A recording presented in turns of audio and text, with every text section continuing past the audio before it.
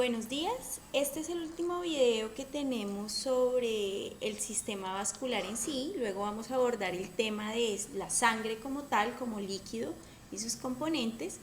En este video vamos a tratar las causas del edema y el sistema linfático.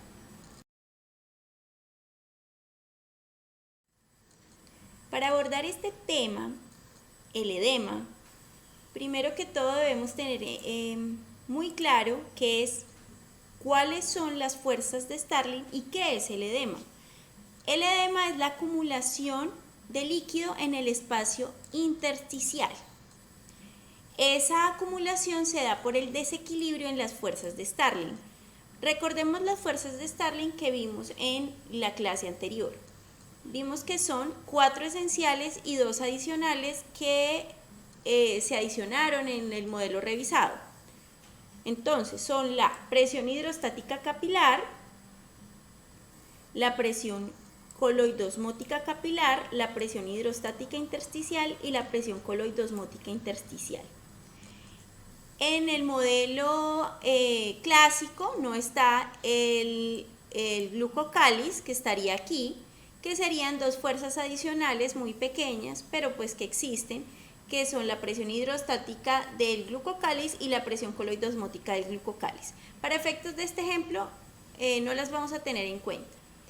Este es un capilar con un extremo arterial y un extremo venoso. Observemos que empieza a fluir la sangre a través del capilar y la diferencia de presiones hace que en el extremo capilar haya una filtración hacia el intersticio y que poco a poco esa presión hidrostática capilar se va desgastando hasta que la presión intersticial, por acumulación de líquido además, y va devolviendo ese líquido hacia el espacio intravascular, es decir que hay una zona de filtración y una zona de reabsorción.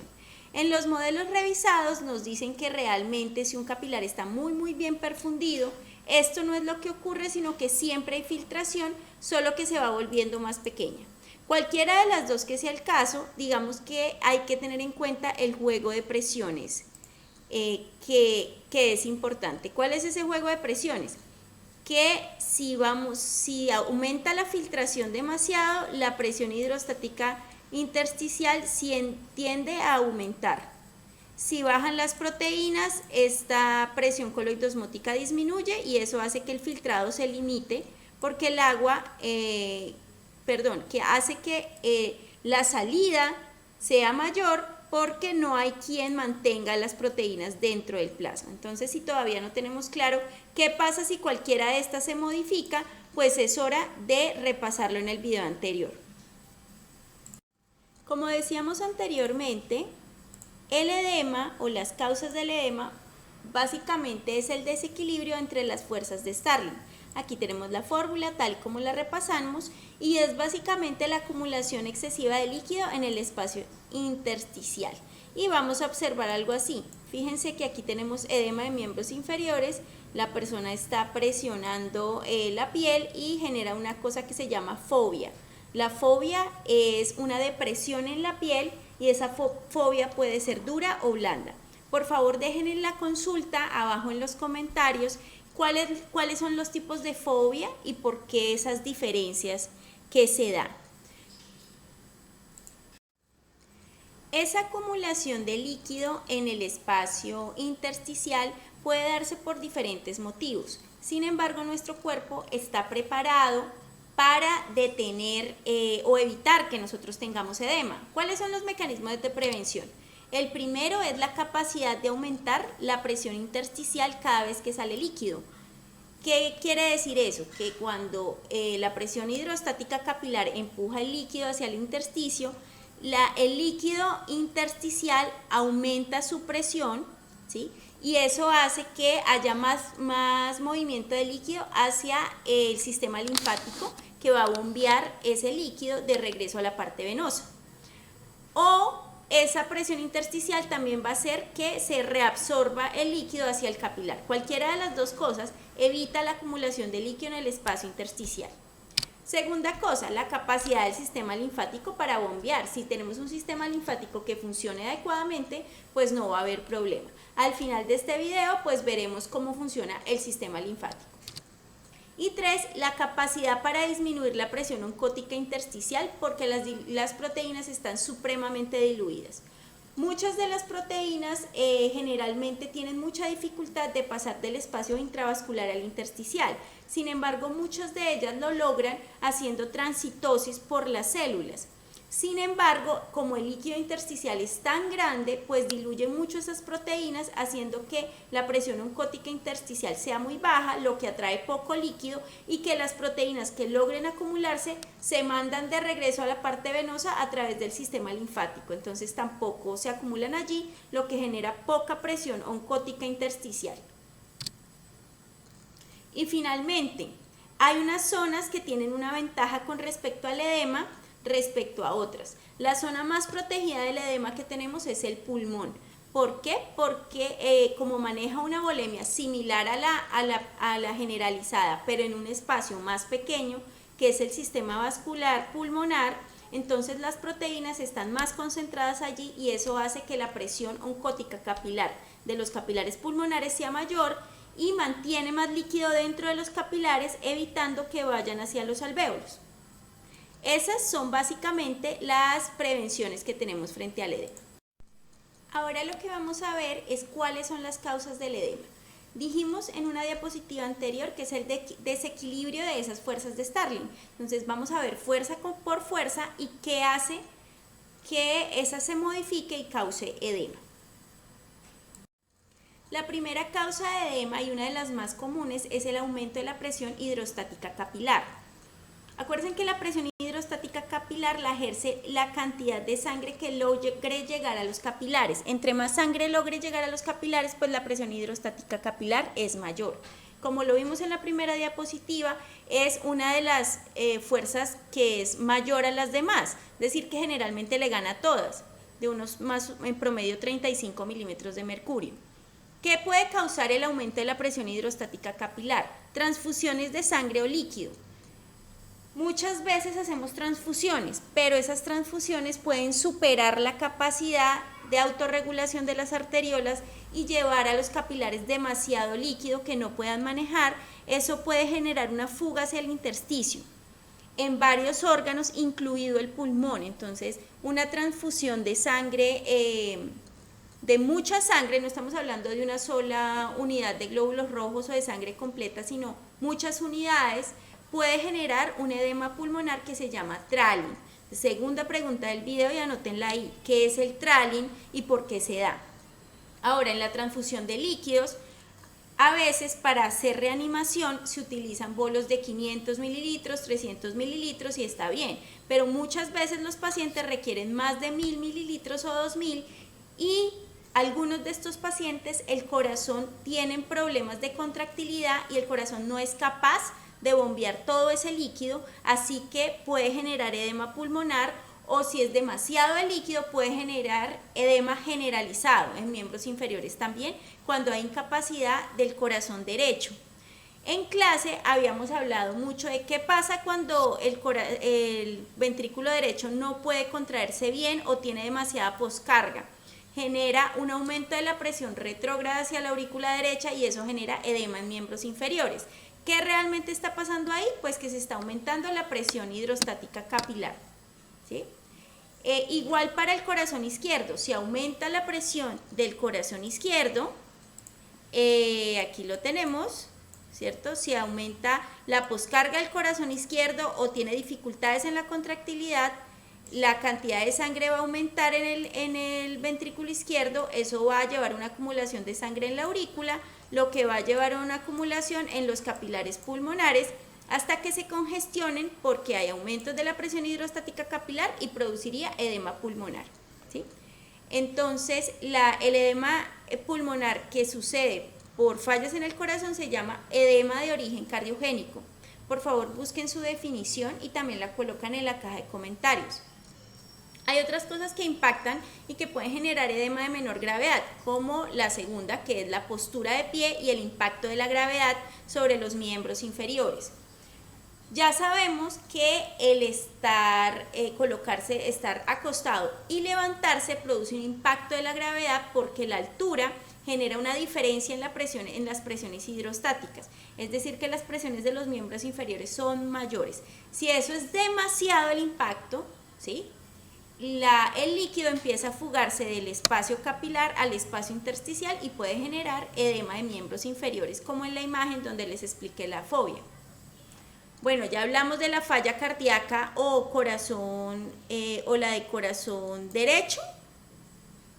También se llama cor pulmonale. En la falla cardíaca del corazón derecho, pues hay edema de miembros inferiores, ¿sí?, ingurgitación yugular.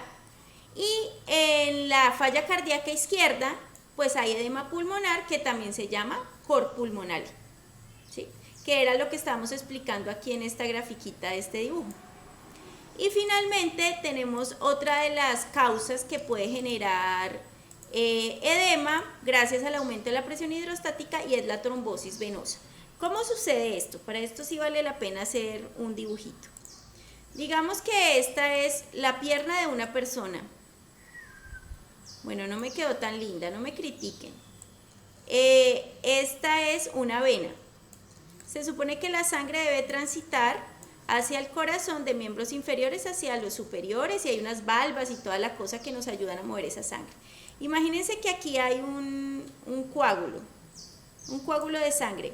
La sangre, como no puede pasar por ese coágulo, ¿cierto?, no va a poder pasar, se empieza a acumular aquí, se empieza a acumular. Y cuando se empieza a acumular, la presión hidrostática capilar de este lugar va a aumentar, y eso va a hacer que el líquido se empiece a fugar hacia el espacio intersticial, pero solamente del miembro inferior donde ha ocurrido lo del trombo.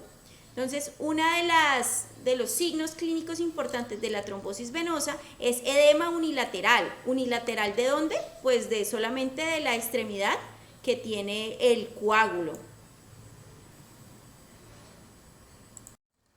Aquí hay algunas imágenes de edema agudo de pulmón, generalmente de origen cardiogénico, en donde podemos ver pues lo que debería ser oscuro, empieza a tornarse blanco, o sea, radiopaco, y ahí nos podemos dar cuenta el diagnóstico del edema pulmonar generalmente radiológico y clínico.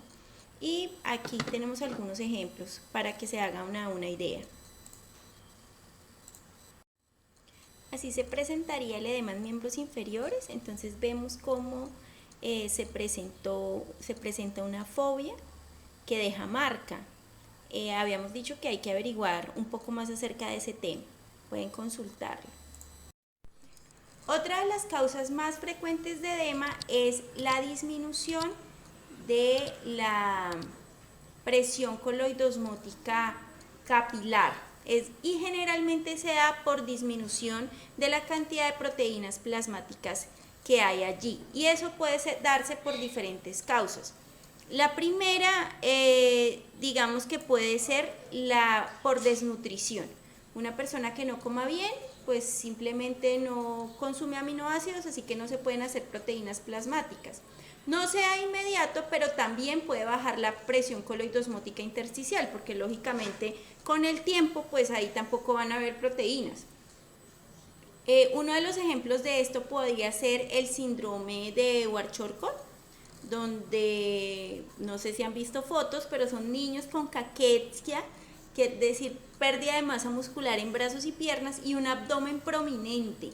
El abdomen prominente es porque la cantidad de proteínas plasmáticas en el sistema capilar esplénico es muy bajito, y además eso genera una fuga de líquido hacia el espacio intersticial, y también hay cambios en la presión portal, que puede verse aumentada por la disminución también de la producción de proteínas hepáticas, y puede generar fuga de líquido hacia el peritoneo. La otra posibilidad es que la desnutrición ya sea por otros factores, como por ejemplo anorexia. La palabra anorexia significa no consumo de alimentos, y ese no consumo puede ser por una cuestión psicológica o porque haya otra enfermedad crónica que hace que el apetito no se dé. Y finalmente está la mala absorción o malabsorción. Eso se da porque aunque se consumen alimentos, hay algo en el intestino delgado que no permite su reabsorción, un problema en algún receptor o que se ha cortado o seccionado una parte del intestino, etc. Si conocen más ejemplos, por favor colocarlos. La tercera causa de disminución de la concentración de proteínas plasmáticas es la enfermedad hepática. Como ustedes saben, las proteínas en su mayoría se generan en el hígado. Eso quiere decir que si hay una enfermedad que causa daño hepático, pues esas proteínas no se van a producir. Ejemplo, cirrosis hepática. Si conocen más ejemplos o pueden consultarlos, por favor también escríbanmelos. Enfermedad renal. La enfermedad renal es la pérdida de proteínas a través de la orina. Esto se da porque hay una situación que se llama síndrome nefrótico. El síndrome nefrótico causa edema por varias circunstancias. Una de ellas es por la pérdida de proteínas a nivel urinario, que lo que hace es causar hipoproteinemia, que baja la presión coloidosmótica capilar y el líquido termina fugándose hacia el intersticio. Aquí podemos ver algunos ejemplos de edema por desnutrición. Este es del tipo Kwashiorkor. Observamos el edema en miembros inferiores y el abdomen. Y aquí vemos la ascitis relacionada con la enfermedad hepática. Hay muchos ejemplos, pero digamos esto es como para que se hagan una idea. Otra causa importante de edema, aunque muy poco frecuente, es la disminución de la presión hidrostática intersticial. ¿Cómo puede darse eso? Porque hay una disminución muy sorpresiva de la presión intersticial. Generalmente la presión intersticial, sobre todo en los órganos que no están encapsulados, es negativa. Puede haber una situación que se llama edema por reexpansión. Uno de los ejemplos característicos de esto es cuando el pulmón, vamos a dibujarlo acá, está dentro de un espacio pleural y hay aire que se ha metido aquí y colapsa de alguna forma una parte del pulmón. Esta parte está colapsada, se vuelve más pequeña, queda como algo así y todo lleno de aire. Cuando el aire se saca de allí y de pronto este pulmón vuelve a reexpandirse, es posible que esta presión intersticial sea tan negativa que haga que el líquido se mude a vivir al espacio intersticial, generando edema por reexpansión. ¿Qué se sugiere para evitar esto? Que esta reexpansión no sea tan brusca, aunque a veces es difícil de prever. Bueno, esa es como el segundo grupo de causas, la disminución de la presión intersticial. La otra es inflamación o alteración del KF. Nosotros habíamos hablado del coeficiente de filtración, que tiene que ver con el área y con el diámetro de los huequitos por el cual se transporta líquido entre los capilares. Entre más grandes sean esos huequitos, pues más filtrado hay. Entre más pequeños sean, pues el filtrado va a ser menor. Hay situaciones que alteran el KF o coeficiente de filtración y que generan alojamiento de líquido en el espacio intersticial, como cuáles: aumento de vasodilatación. Cuando hay excesiva vasodilatación, los espacios intercelulares aumentan y eso hace que el líquido se filtre hacia el intersticio, o sea que aumenta el KF o coeficiente de filtración. Cuando hay excesivos poros en las vénulas provocadas por inflamación, también algunas sustancias inflamatorias producen aumento de las vénulas. Cuando hay otra situación que es característica del aumento del KF y que genera mecanismos inflamatorios, un ejemplo de eso es el síndrome nefrótico.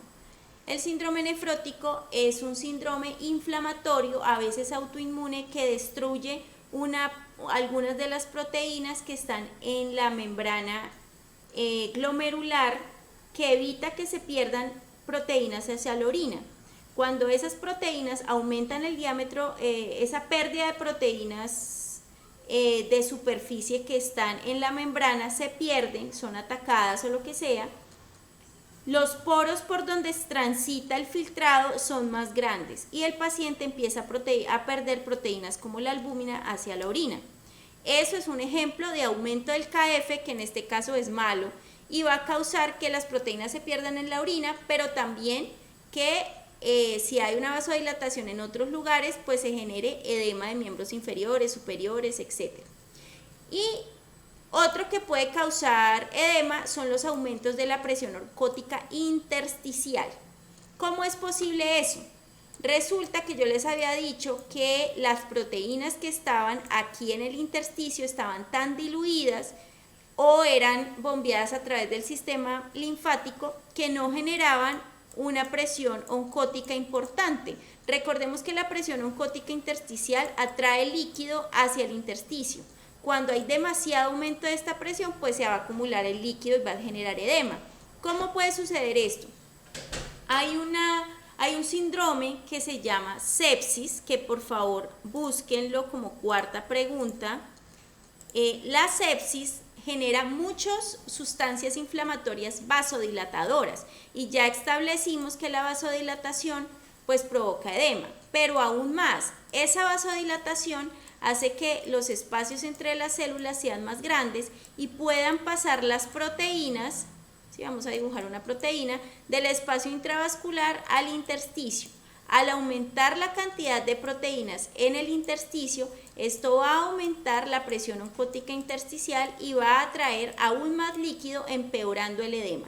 Así que una de las causas de edema puede ser aumentos de la presión oncótica intersticial, pero ayudado con aumentos del KF, es decir, del coeficiente de filtración, que se traduce en el espacio para que pasen las proteínas y líquido. Para ilustrar mejor los ejemplos de vasodilatación que puede llegar a edema y una vasodilatación generalizada que generalmente está mediada por mediadores inflamatorios, podríamos poner el ejemplo del edema pulmonar como está aquí, pero este edema pulmonar no es causado por falla cardíaca, es causado por esta imagen que vemos aquí, donde una vasodilatación capilar pulmonar y el líquido empieza a fugarse hacia los alvéolos. ¿Por qué? Por inflamación. Entonces los mecanismos inflamatorios hacen que las células epiteliales se separen, hay fuga de células como neutrófilos y otras cosas, y hay fuga hacia el alvéolo de proteínas y líquido proteico. Y en la radiografía se ve algo como esto, muy parecido al edema pulmonar cardiogénico, pero la clínica es muy distinta. Para ponerlo en ejemplos de nuestra situación actual, es lo que les pasa a los pacientes de COVID grave. Sufren vasodilatación capilar pulmonar por ¿cómo se llama eso? Como una respuesta inflamatoria muy agresiva que genera muchos metabolitos vasodilatadores, y eso hace que el intersticio se llene de células inflamatorias, y esas células inflamatorias y otros mediadores invaden los alvéolos, y en la placa de tórax se ve algo así. Este exceso de líquido en los alvéolos es lo que no deja oxigenar bien a los pacientes. ¿Cómo se da esto? Pues por inflamación y alteraciones del KF, es decir, que hay exceso de coeficiente de filtración en los capilares donde no debería haberlo. Y la última causa de edema que vamos a revisar es la mala función del sistema linfático. El sistema linfático es el encargado de remover el exceso de líquido del intersticio. Cuando funciona mal, generalmente el líquido empieza a acumularse. ¿Cuáles son las causas de mal funcionamiento? Las principales son irradiación, quiere decir una persona que ha sido sometida a radioterapia o ha estado en una zona con peligro de radiación. Las células del sistema linfático son bastante sensibles a la radiación y pueden morir por eso. Las personas que han estado sometidas a quimioterapia. La quimioterapia y muchos de sus medicamentos atacan células de recambio rápido, es decir, con rápida mitosis y meiosis, pues. Entonces, lo que hace la quimioterapia es destruir esas células, y las células del sistema linfático cumplen con esos requisitos, así que también pueden verse afectadas. Y la última de las causas y la más frecuente es la obstrucción. Por favor, buscar lo que significa linfaedema, que está muy relacionado con la obstrucción de algunos de los canales linfáticos. Puede ser por una tumefacción producida por una respuesta inflamatoria. Entonces, esas pueden ser las causas del edema. En la segunda parte de este video vamos a abordar la fisiología del sistema linfático, cómo funciona, cuáles son sus partes y cómo son los mecanismos de compensación que utiliza. El sistema linfático está integrado por varios vasos y digamos que arranca desde el intersticio con unos capilares linfáticos muy pequeños y luego pues va formando vasos un poco más grandes, tal cual el sistema vascular. En los capilares iniciales son es una capa de células endoteliales muy delgada. En esta imagen podemos ver uno de esos vasos linfáticos terminales, que antes se llamaban terminales, ahora se llaman iniciales, porque sabemos que el sistema linfático arranca en el intersticio y están integrados por estas células endoteliales que yo ya les había comentado, con unos espacios intercelulares que actúan como una especie de válvulas unidireccionales. Es decir, que se abren como en un solo sentido para que el líquido que está en el intersticio entre, pero no se pueda devolver. Entonces en la imagen observamos algunas de las partes que vamos a necesitar para seguir analizando el tema.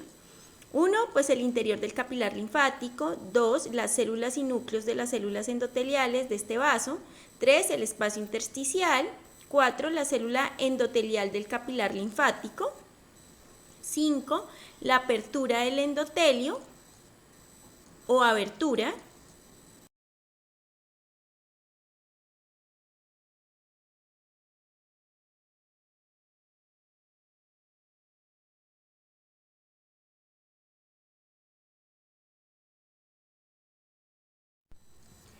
Los vasos linfáticos entonces inician en el intersticio como vasos linfáticos iniciales, como lo muestra esta gráfica, y luego se convierten en vasos linfáticos colectores y al final estos vasos linfáticos colectores terminan en unos vasos linfáticos grandes que van a llevar todo el líquido linfático hacia las venas subclavias para que quede ya en la sangre venosa de nuevo.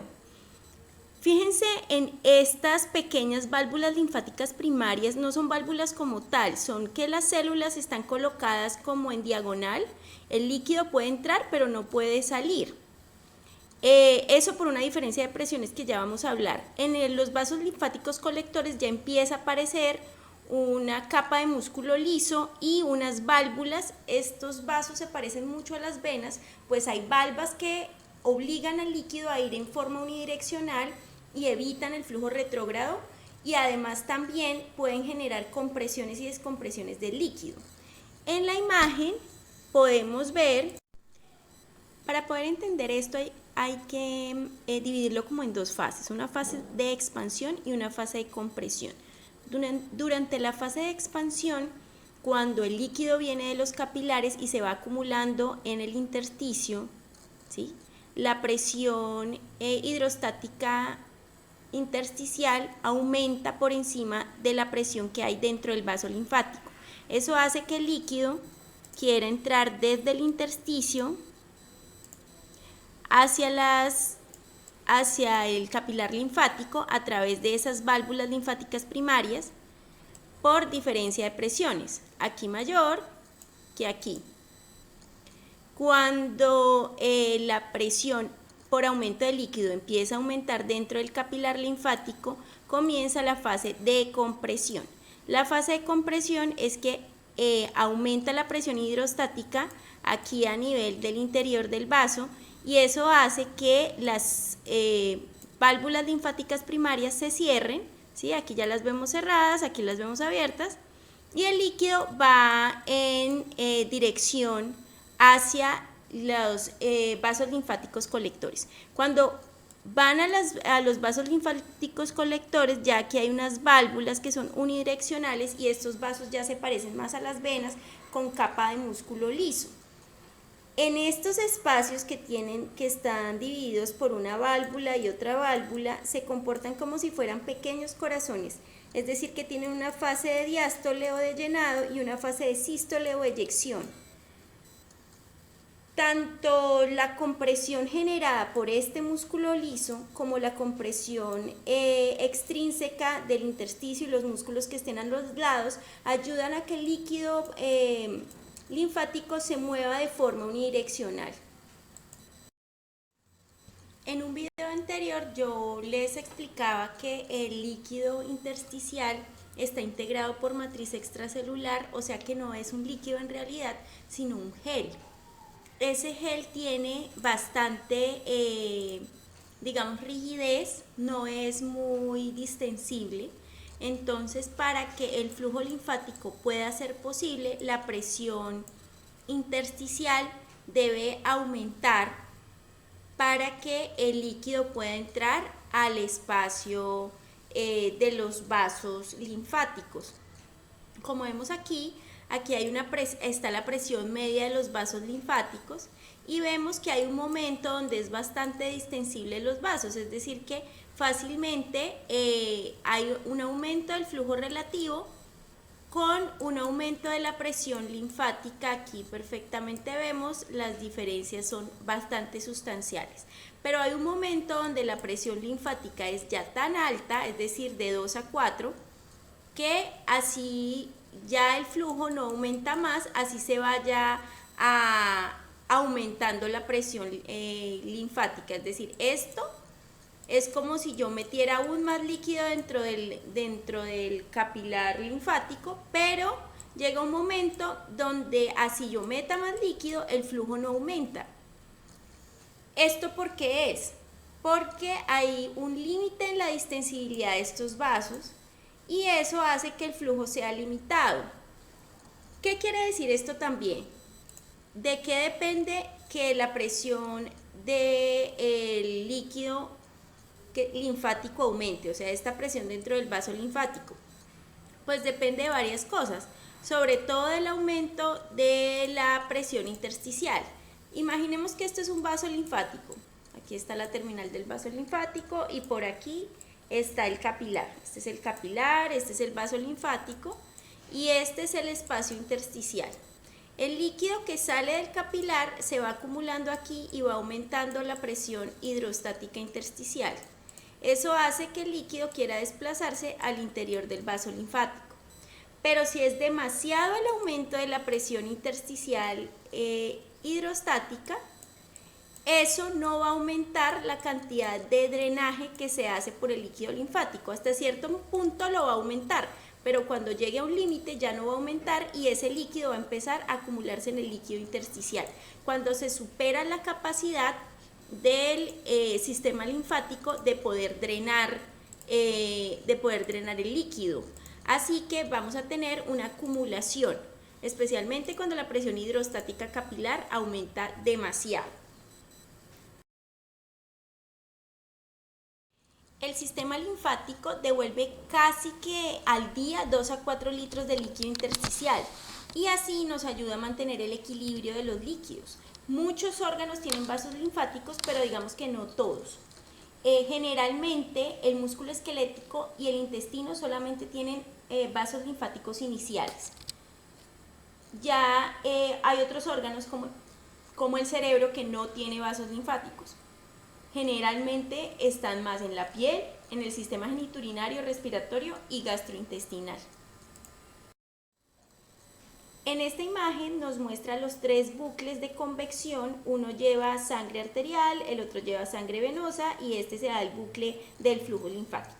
Observemos que nos dice que la salida desde el capilar, es decir, en el bucle arterial, más o menos es un bucle de 20 litros diarios. El bucle venoso aparece con 16 a 18 litros diarios y resulta ser curioso que el flujo linfático sea más o menos la diferencia entre el bucle arterial y venoso. Es decir, que lo que se fuga aquí pues es transportado por el bucle linfático. Las presiones del sistema linfático son bien interesantes porque empiezan bajas, es decir, más o menos en +1 y van aumentando hasta +10 hasta que llegan a depositar todo hacia las subclavias. A medida que aumenta la presión linfática en cada uno de estos vasos, el músculo liso de las paredes de los vasos se contrae activamente, es decir, que tiene un mecanismo miogénico. Entre más lo estiremos, más se contrae, como lo que vimos cuando vimos autorregulación en los vasos sanguíneos. ¿Qué sucede con el flujo linfático? Quiere decir que no solamente es empujado desde afuera. Hace mucho tiempo se pensaba que la contracción de los músculos que están alrededor del sistema linfático era lo que empujaba al sistema linfático. Y en efecto así es. Es decir, el movimiento gastrointestinal y la contracción de los músculos estriados pues facilita el movimiento del flujo linfático, pero no es solamente eso. También las células de ahí son capaces de generar contracciones ellas mismas. Quiere decir que se despolarizan y generan contracciones. Es músculo liso, así que también habrá contracciones farmacomecánicas y autorregulación. Para resumir, pudiéramos decir que el líquido linfático se mueve de una menor presión a una mayor presión, pero ayudado con una propulsión que es extrínseca, es decir, ayudado por los vasos de afuera y también por una autoestimulación y contracción mecánica de los propios vasos que empujan el líquido. Finalmente, el sistema linfático podemos como resumir sus funciones en el balance de líquidos, el transporte de kilomicrones y el transporte de células de defensa. Creo que con esto terminamos la parte del sistema vascular. El siguiente tema es generalidades de la sangre, RH y coagulación, que lo revisaremos todos juntos. Muchas gracias por escucharme.